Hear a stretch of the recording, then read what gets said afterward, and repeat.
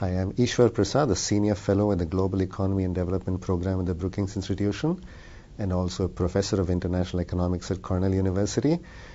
I think President Obama has had a pretty good year. I'd give him a B plus for what he's accomplished on international economic policy, but an incomplete for all that remains to be done, and a great deal does still have to be done on the international front.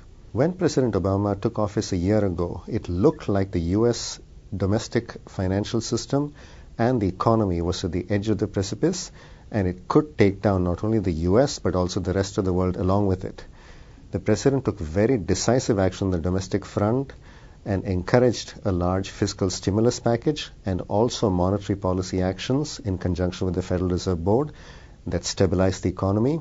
Many of these measures were very desperate measures taken in very desperate circumstances. Thanks to the President's interventions, and frankly, U.S. leadership was critical for this. First of all, it's no longer the G7 advanced economies that are at the focus of world economic policy making. It's now the G20, which includes an even balance of advanced and emerging market economies. The International Monetary Fund has been made much stronger, both in terms of resources and its overall mission.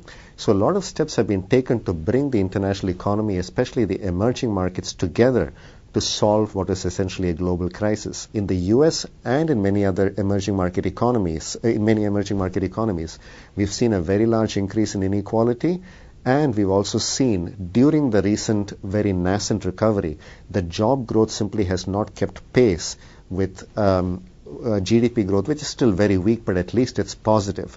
So that's going to be a critical challenge for President Obama in the US, but leaders around the rest of the world as well. And I think they will be looking to President Obama to see what sort of policies he puts in place in the US in order to foster job growth.